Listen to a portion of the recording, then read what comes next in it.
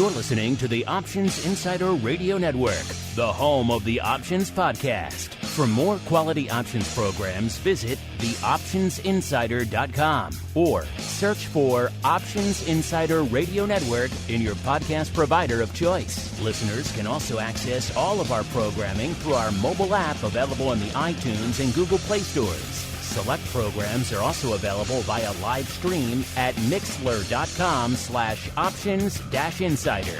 That's mixlr.com/options-insider. Don't forget to follow along with your favorite programs and submit your own questions for the hosts at twitter.com/options, stocktwits.com/options, facebook.com/theoptionsinsider, or via questions at theoptionsinsider.com.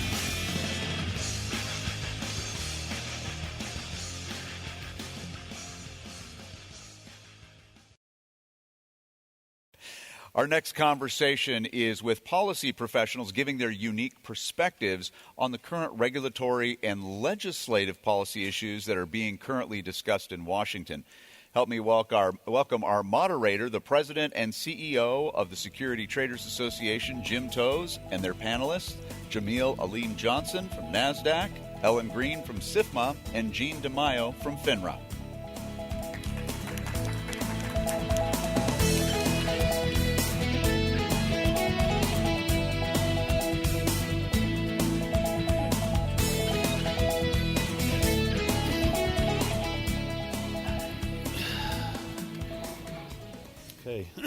Well, welcome everybody.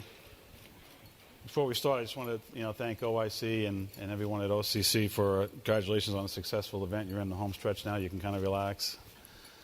Obviously, we know what kind of goes into pulling off events like this, so it's not lost on us how much effort you put into it, and so congratulations to you all.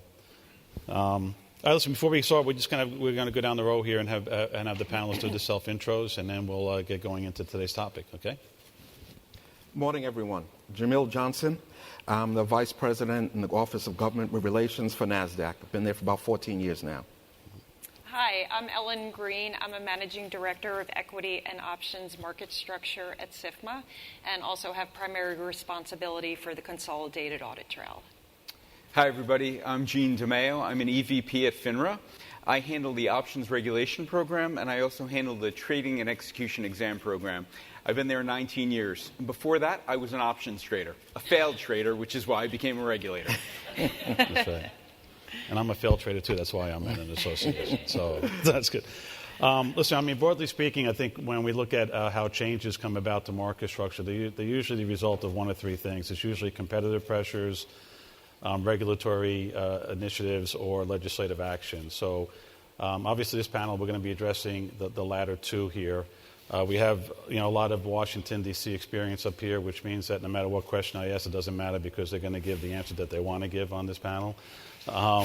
We intentionally have Greene sitting in the middle here, just to kind of give you a visual here, because we have Jameel works mostly on the legislative side, working with the House and Senate Banking Committee.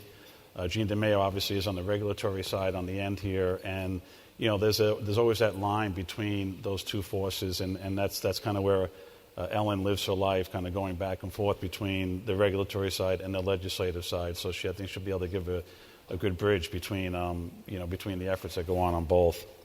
We're going to divide our conversation into two broad categories here. First, we're going to kind of pick up on some of the themes that were brought up on the previous panel on cyber and consolidated audit trail. And then second, we're going to talk about, really where the panelists, where their worlds interact or intersect or collide with the chief regulators that we deal with, the SEC and the CFTC.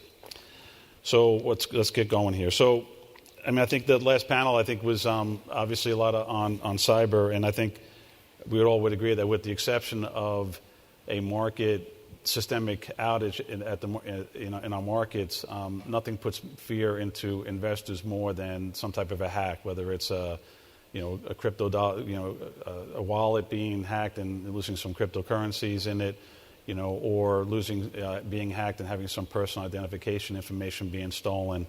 So we're going to first start with the cyber, and why don't we start with you, Jameel? On obviously with the House, this is obviously a focus for them, and the Senate and the government. You can just kind of share some of your thoughts on what's going on there as far as what they're doing to protect us here.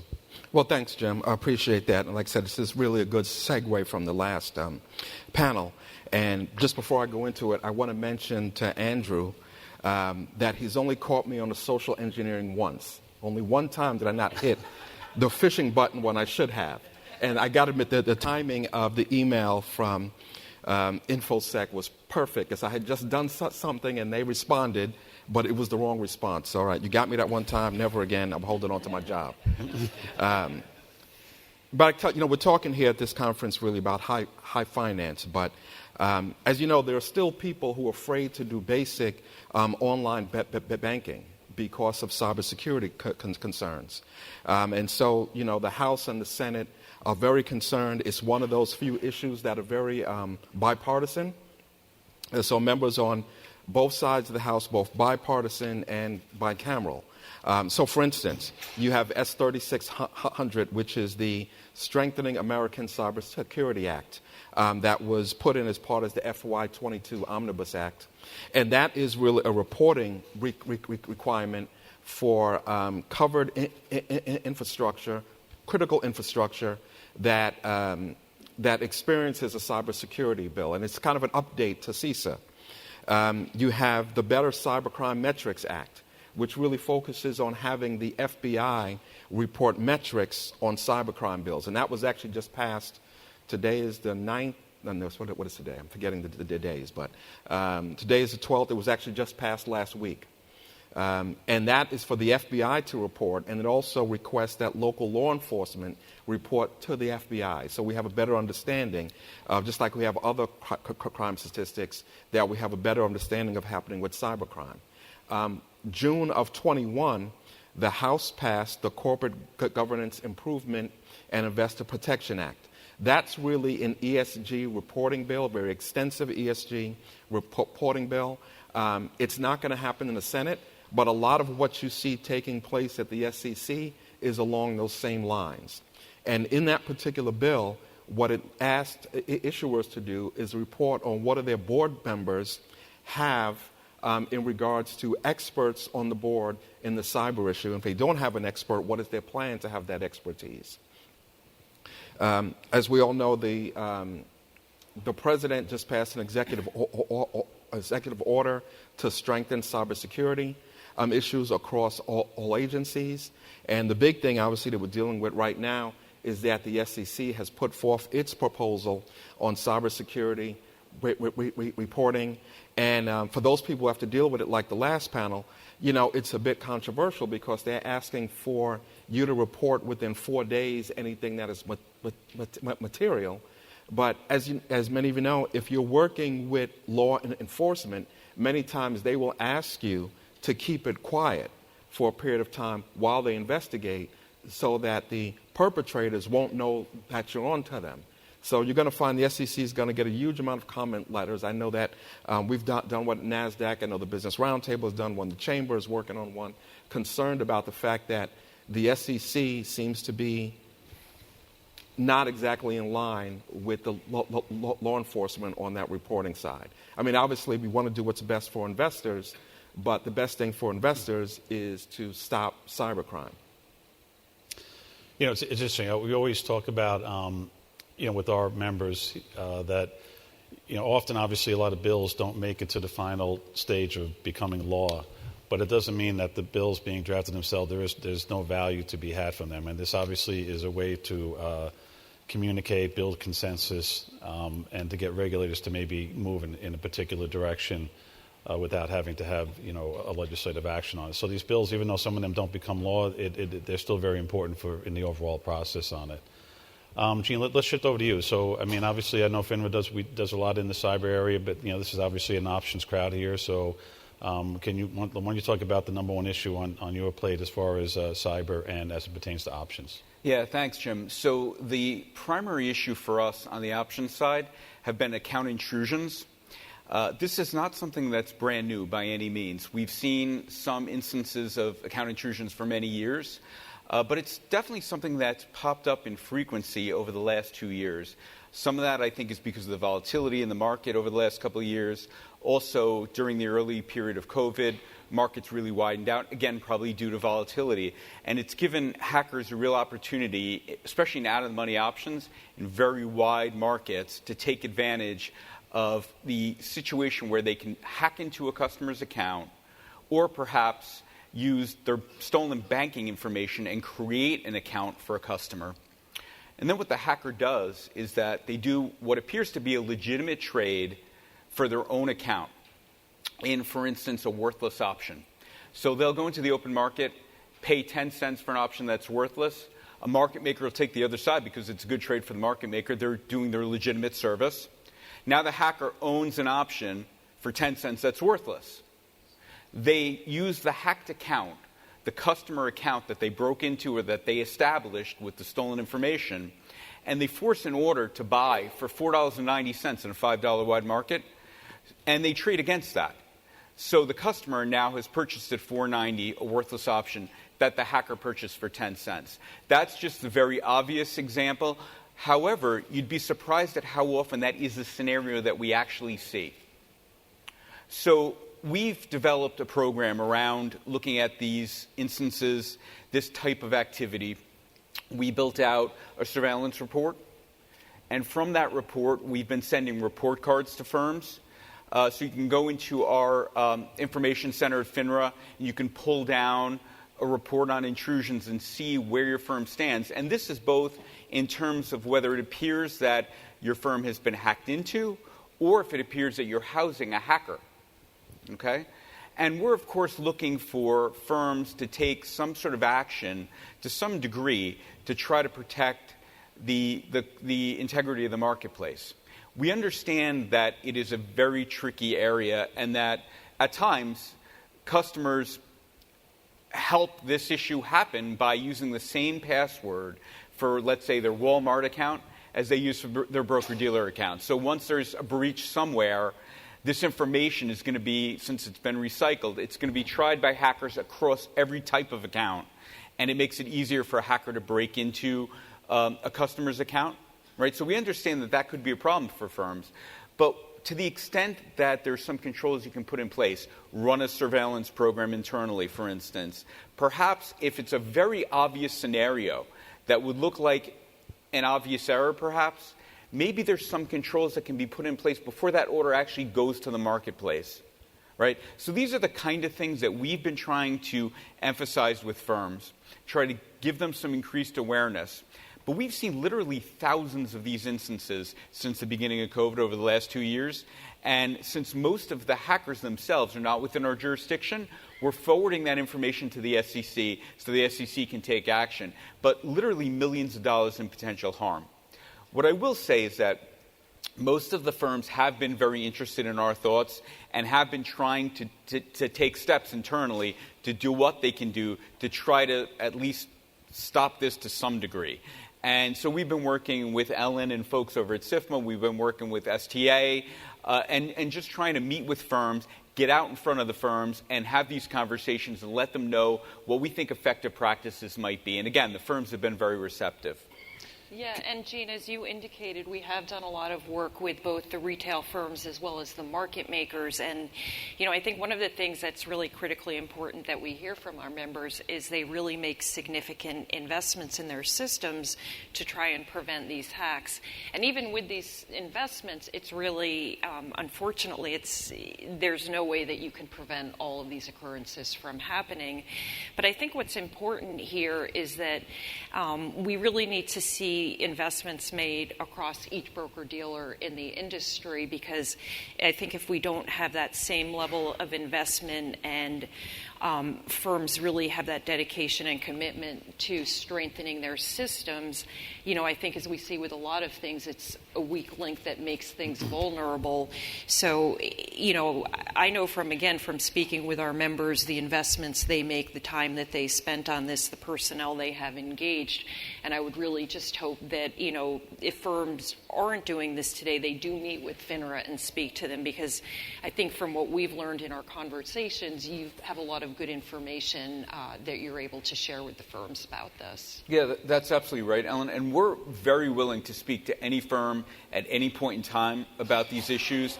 And it's not with an eye toward taking action against a firm. It's with an eye toward stopping the activity to the best extent that we can. And to Ellen's point, we realize it's almost impossible to stop all of these. But if a firm is doing nothing, and if a firm that's housing a hacker is not vetting these accounts at all, and they're just allowing them to be opened, and they shut down one account, but then it pops up in another account with the same IP address, that sort of thing starts to look bad. So you want to make sure that you've got a program in place to look for this stuff, and that will give us some comfort level. I have one follow-up question, too, for you. And this, as far as, I know you did mention, you're seeing thousands of them. But can you kind of put that in perspective as far as maybe how many of these cases were you seeing 5 years ago versus how many you saw last year? And also, are you identifying the behavior before the act before the broker-dealer, or is the broker-dealer, can you kind of give a sense of are you getting better information now, maybe through a CAT, which obviously segues into the next question. So if you could answer that'd be great. Make it easier on me. But just idea around numbers around data, and also you catching it. You talked about the teamwork between FINRA and the broker dealers on trying to get this right. Just put some comments around that as far as how those conversations. What's a typical conversation on it? Yeah, sure. So I would say 5 years ago we saw in the tens, maybe 10 a year, 20 a year. Very small numbers. And now, like I said, it's in the thousands over the last couple of years. So there's really been an increase in those numbers significantly. As far as our data, we are using CAT for this report that we're running. And it's been a tremendous boon for us to have that CAT data and be able to do things, for instance, at the FDID level, whereas in the past we were at the clearing level only. So now we can go a step up. And later on, when we have CCID information, we'll even be able to go a step higher. So that will be enormously helpful. We are not seeing it, though, before broker-dealers at all, because the broker-dealers have, of course, immediate access to the order information that's being put into their systems. So it is possible, thinking about controls that would be akin to market access type controls, that firms could put something in place to try to identify these instances up front and perhaps, as I mentioned before, even block some of the orders before they would go into the marketplace where it's very obvious that this sort of activity could be at play. And as far as the interactions with the firms have been very receptive. There's been that interplay between us, and I feel very confident that most firms are taking this very seriously. And, some of the firms have their own roundtables without us, which I think is fantastic, where they can share ideas and thoughts. And they're not looking at it like it's a business thing, right? They're actually trying to help each other and share compliance and regulatory information.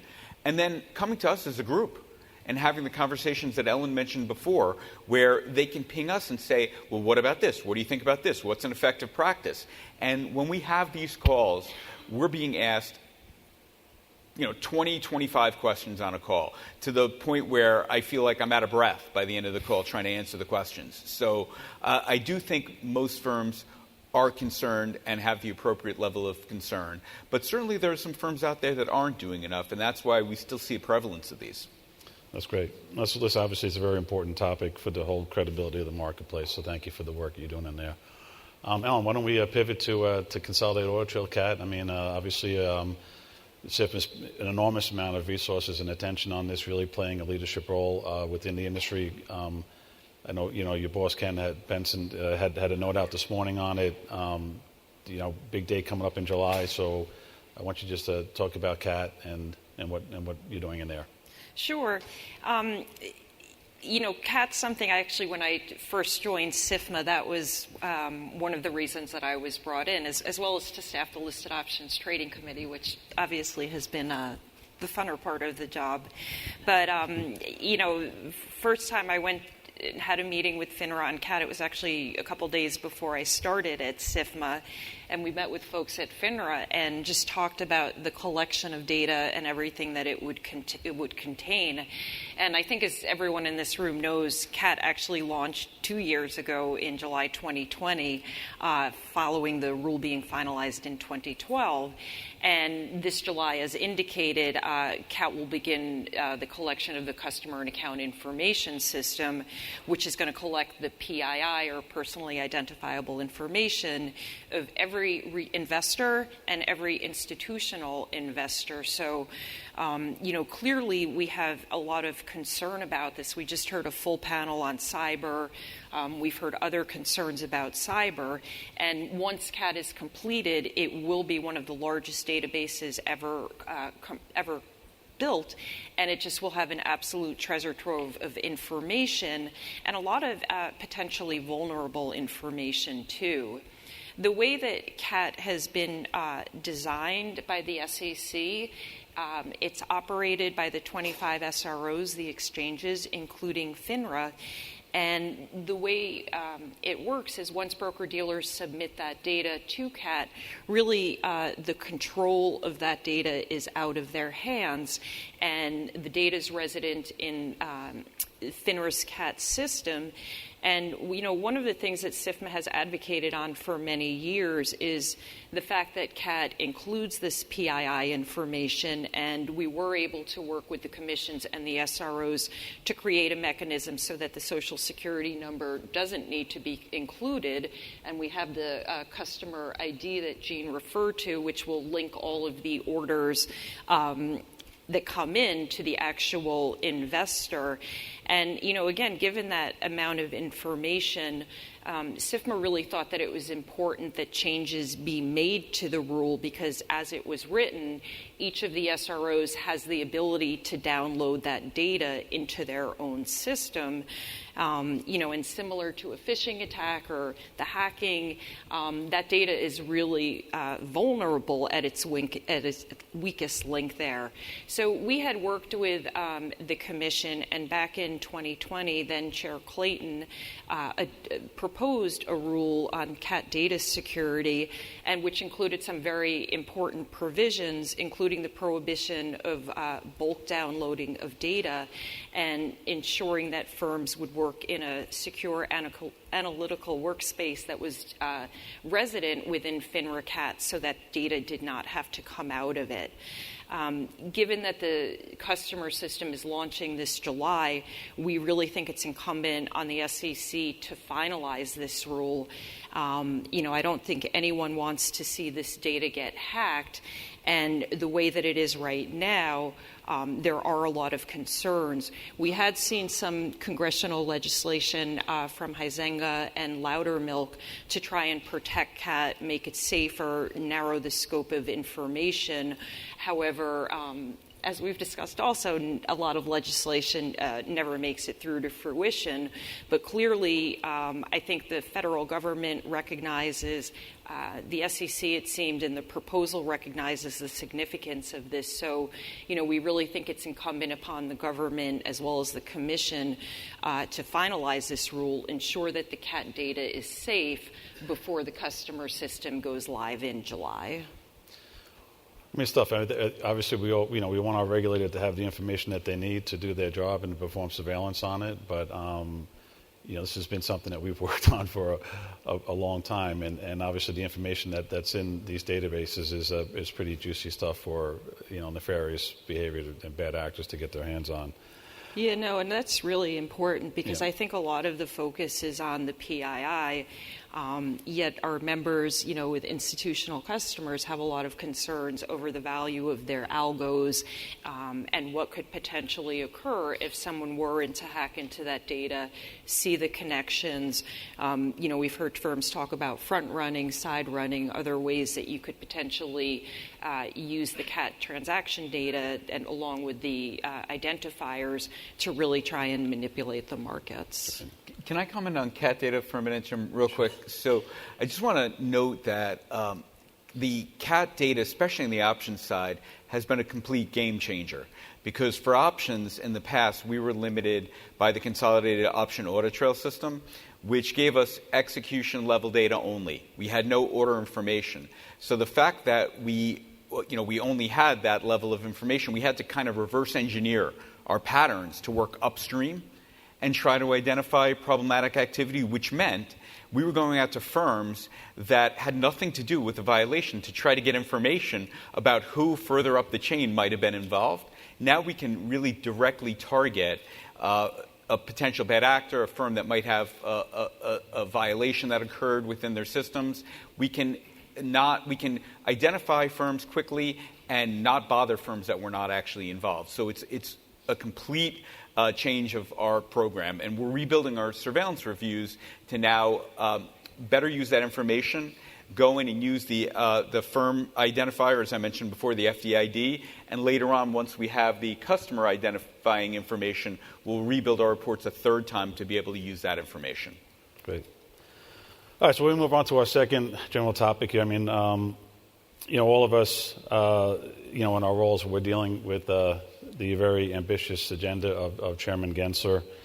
And, we identified a few areas in our prep call where each of you, are working on a particular issue that is really interacting or colliding with the chair's office here. So, Jameel, let's start with you on this particular topic. I mean, you've been on the Hill for, a good amount of time, a long time, financial services the whole time. You were a staff member for Congressman Meeks before you came to Nasdaq, and just found out earlier at our breakfast here that you're actually in your role at Nasdaq. It's an international job that you have, so you're dealing with a lot of other countries in your role there. So let's talk about crypto a little bit and some of the things that are being done on the Hill in this area. If you could kind of, obviously this is like a crazy, strange times that we're in right here, but it's also like from a historic perspective, this is a pretty historic events that are going on with this asset class. So maybe you can kind of give us a feel on what's going on and try to put it in perspective as far as where we are in history. Yeah, I think, obviously crypto provides, everything related to digital assets provides a whole new opportunity in the financial services space, nationally and internationally. One thing I find interesting about it in regards to the legislative process is that many times, you have hearings in which basically each side has already decided what it thinks, and it'll bring in witnesses to tell them that what they think is right. But what you're finding, matter of fact, particularly the House Financial Services Committee, has been having a series of hearings named Digital Assets and the Future of Finance. Matter of fact, there's another one coming up on the 26th of May, if you want to pay attention to it. And what you're really finding there is that even though there is somewhat of a difference between the two sides, one side, particularly I would say the Republican side, focusing on the need to maintain innovation and opportunity and not losing this industry to other countries, Democrats are very concerned. I would say they're leaning toward the concern, obviously, of how it should be regulated and that investors and consumers are not taken advantage of, the concern about it being used for illicit activities. But what you're really finding on both sides is that real in-depth trying to learn questions before looking to legislate. Obviously, it's a big field. It's new, and members typically do not want to put forth legislation that ultimately doesn't protect consumers and investors, but at the same time doesn't stop innovation, and also allows it to be an opportunity that Americans from different backgrounds can take advantage of, particularly those who've particularly been left out of the financial markets. So they're being very cautious in their approach. Now, having said that, there are also I think we've identified at least 58 bills that have been put in the House and the Senate to try to address these issues. But even many of them are not, I would not call them prescriptive at this point in time. A lot of them are, reporting on stable coins. They are making sure there aren't illicit activities. Looking for how you And how do you get more licenses, say, for banks to issue stable coins? So there are a number of things they're looking at on the edges, but there's still so much more education to be done for so many of us. And obviously, even those, in the field, as Nasdaq, obviously we do things, we know what we do, right? We list companies, so we list Coinbase. We provide trading technology in the United States and around the world. So that's something we can do.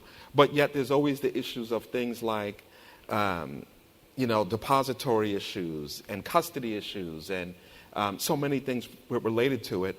And, how does this deal with issues like the money supply, right? The Fed controls the money supply to try to keep inflation under control and the others. If you have a number of cryptocurrencies out there that actually become currency and things that you can trade, how does that affect the money supply? And then there's always the question of, is it an asset? Is it a security? Who's going to regulate it? And, there are always fights between our two major regulators, the SEC and the CFTC, and who has jurisdiction on these issues. So it's interesting. There's not a lot to say like the conclusions are. It's really more like you can't say what the answers are. It's more like, here are all the questions. Yeah. And the number of questions keep growing.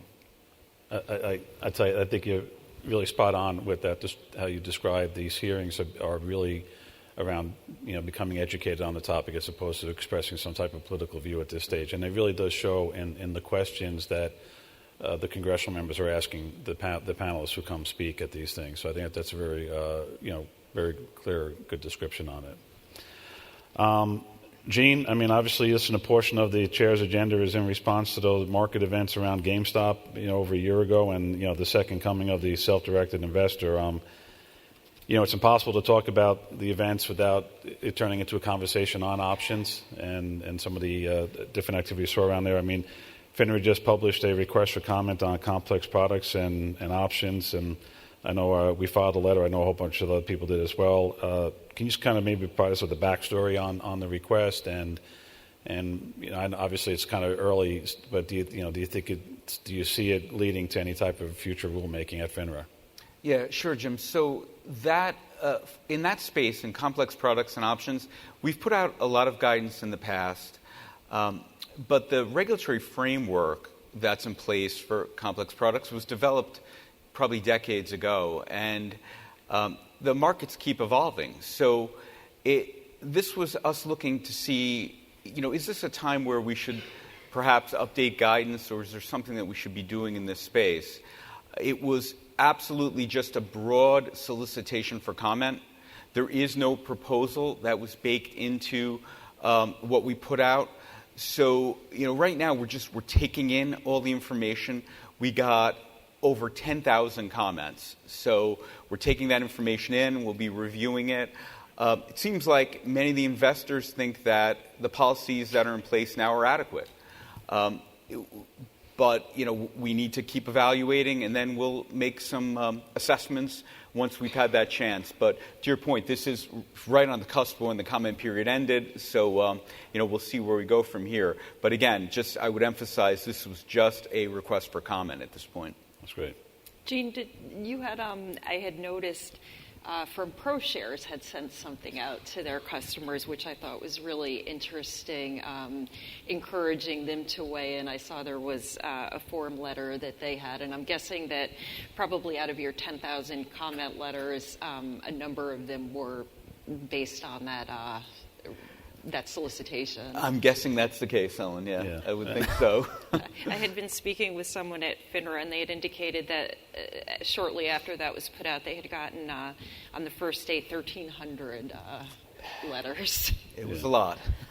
I guess it really shows, though, the significance of that. And, I think to the point that you're making, I think when we look at this, I think you're absolutely right. I think the requirements that are in place today, people view them as very, very sufficient.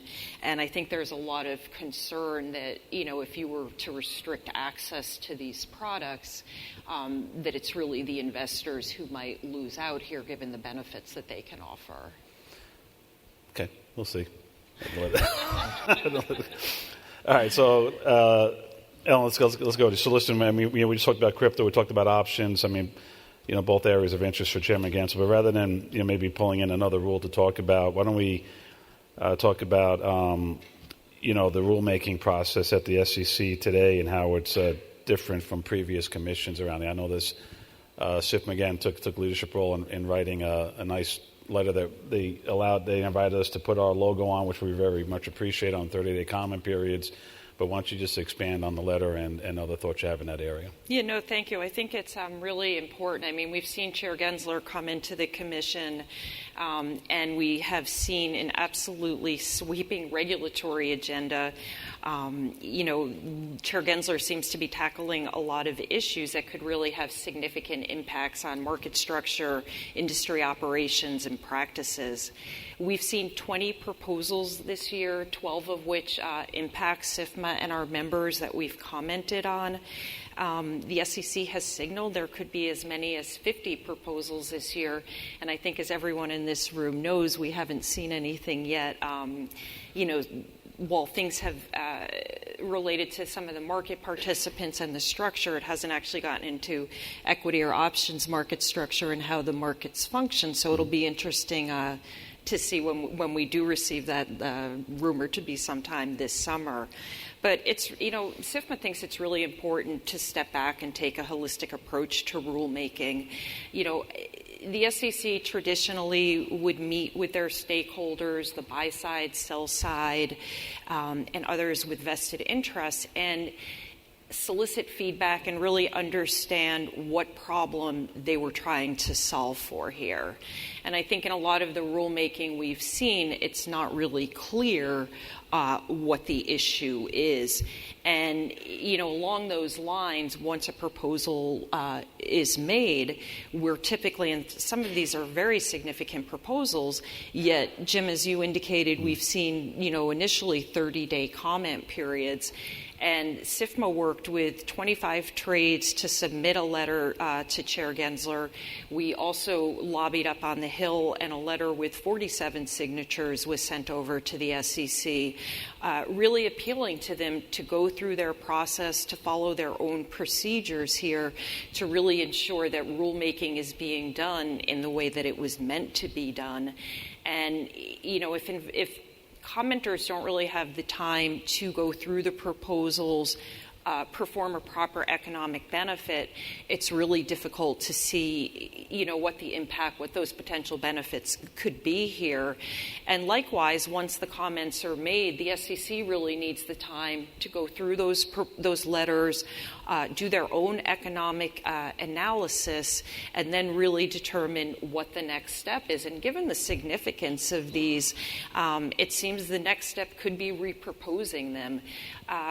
Certainly the SEC put out their proposal on Reg ATS, and interestingly just reopened the comment period. And I think a lot of folks speculate that given the complexity between that proposal and the dealer proposal and some of the interrelated issues, perhaps the SEC might have even overlooked some of that when they were putting that out, and is now, rightly so, giving the industry more time to comment on that and take into account some of the proposals in that dealer proposal there. So, I think the important thing here, though, is that the SEC seems to have this very aggressive agenda, but as we've discussed things like the CAT data security proposal, we know there are a lot of other things that they've been working on which just seem to have being pushed to the side while the commissioner pursues his agenda here. So, I think what we'd like to see is for the SEC to take a pause here.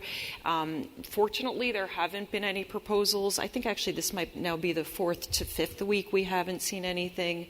We're seeing now reopening of comment periods, longer comment periods. So, who knows, perhaps Chair Gensler is taking a step back, but again, we do want to see them prioritize this, complete things that have been started that are critically important, and then move on to this rulemaking and hopefully, allow the industry to engage in ways that I think provide so much value.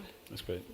Jameel, I'm going to have you bring us home here and get the final word. And a lot of what Ellen has described here would kind of fall under the the Administrative Procedures Act, right? And just, that regulators have to follow a certain guidelines when they do rules. I mean, in your conversations with staff on this, I mean, do you get any sense of common themes as far as how they feel the commission is going about? I mean, do they at least acknowledge that this chair is behaving differently than previous chairs? And do they voice any concerns or around how he's going about it, and anything around there, that feedback that you've been getting on it? Yeah, well, I think when you say you get feedback from staff, well, it always depends on which side of the aisle you're talking to, right? So let me give you, for instance, if you take the bill I mentioned earlier, H.R. 1187, the Corporate Governance Improvements and Investor Protection Act. What's in that bill on ESG disclosures includes things like climate, workforce protection, cybersecurity disclosures, diversity, and about, I think, political disclosures. The SEC has already put forth proposals matching those things on climate, on cyber. We know that diversity is coming. We know workforce is coming. So on those sides, you're seeing a parallel, particularly between these democratically sponsored bills, and you have a Democratic commission. The time on the flip side, you get a lot of things from Republicans, including letters they have sent, particularly related to the response, the time to respond, the comment period, and how short it is, and how we. Clearly there's, a thought process on the part of the SEC and its leadership on what it wants to accomplish during its time period, and it's looking to move those forward and move them quickly. But the fact of the matter is, as Ellen said, there's a lot of complex issues here. We just recently did a webinar with a number of our listed companies on the cybersecurity and the climate disclosure. That climate disclosure is very extensive and very deep. And it's going to take a lot of time for companies to look into it. And remember, not all companies are, American Airlines or Google or so on and so forth. Some of them are small issuers, and they really don't have as many lawyers or experts on these things. They really need more time to develop the expertise and understand how it's going to affect them. And I think that, it's been good that the SEC has recently decided to extend the time period on the climate. But I think what you're getting from staff and from members, like I said, depends upon the side of the aisle, is that, yes, this is the direction that we want to go in. Elections have consequences, right? This is the direction that we want to go in, and we think that on one side, this is the right direction. The other side, it's moving too fast. It's not focusing enough on capital formation. Yeah. We'd like to go back to that kind of an agenda. But it is, the issue of elections have consequences, and when you in power, to the victor goes the spoils, right? That's fair enough. Fair enough. All right, so we got 2 minutes. You want the question, or you want to just cut early to the break? I did want to mention one thing that we had talked about before. You talked about the GameStop hearings and a number of issues that came out of it. And one of the things that, this crowd should be concerned about was there was a discussion draft on reporting losses and options, right, that, have undoubtedly well attended. But, us, the OCC, working with our friends there, talked to a number of members and staffers about that issue. And we think it was really important that, when you talk about reporting your clients' losses, it's kind of hard to understand exactly what. Information disclosures are important, but they should be useful to the investor, particularly when you're talking about a 20% jump in retail investment during COVID. So what do losses mean? And so if I, put in a call option, and I'm not explaining anything to anybody here they don't know, I do a call option. Because I think the price of a stock is going to go up and I want to be able to buy it at a certain price. It doesn't go my way, so I decide not to exercise the option. Is that a loss? Well, all right, maybe I spent $200 on the option, but to buy the actual amount of stock might have cost me $5,000, right? So did I lose $200 or did I save $4,800? Same thing in a protective put. So, talking to the staff and trying to get them to understand actually what options are for. Every year, I have to pay insurance on our cars. I hope not to use it. So I just give the insurance companies money year after year, of which they don't have to do anything for. But that's actually what I want to happen. Now, if there is an incident, I need them to pay me, but options many times are the same way. They're a way of making money, but they're often a way of hedging. So is a hedge a loss, or is it what you want? Yeah, that was like there were 5 bills that kind of came out of the GameStop hearings, and they were 5 bills that then went down to 2 bills and 2 studies, and then they did completely shelve the option one. But the feedback that we got on that was basically, Jimmy, listen, we're not even gonna make this a study, but don't take any comfort in that because we're really looking in this options area. So there's more to come in that area. There's no permanent victories in Washington. No. It's very much like every bill is Freddy Krueger, it's Jason, it's Michael. It'll be back. Yeah, it'll be back. Yeah. All right. Well, thank you very much, everybody. Congratulations again to everyone. All right, thank you.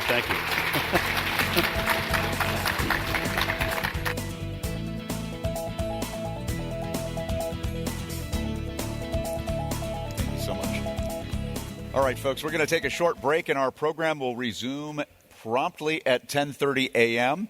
for a fireside chat with the Honorable Don DeBerry Stump and OCC's Julie Bauer. We'll see you shortly.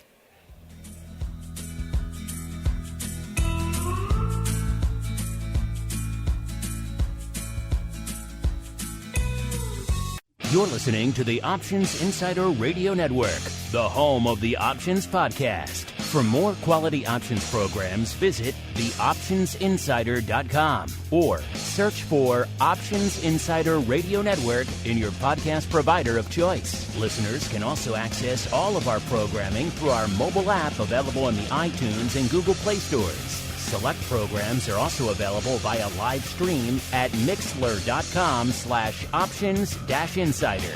That's mixlr.com/options-insider. Don't forget to follow along with your favorite programs and submit your own questions for the hosts at twitter.com/options, stocktwits.com/options, facebook.com/theoptionsinsider, or via questions@theoptionsinsider.com.